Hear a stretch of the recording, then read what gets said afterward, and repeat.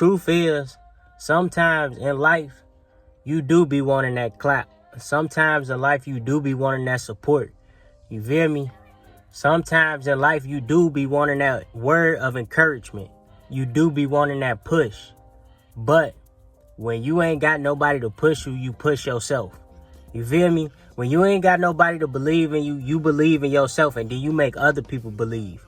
You chase your dreams and goals wholeheartedly, no matter who clapping for you, who yelling for you, who cheering for you. You feel me? You yell and you cheer for yourself. You make everything happen for yourself. You feel me? It don't matter who got something to say about what you trying to do with your life, because they not helping your life.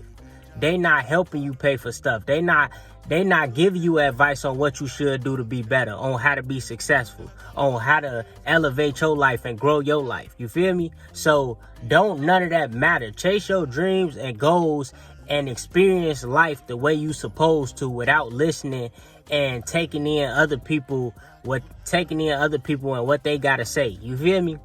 Man, chase your dreams and goals, believe in yourself, and take risks. Try anything you want to try without listening to what somebody got to say negative. You feel me?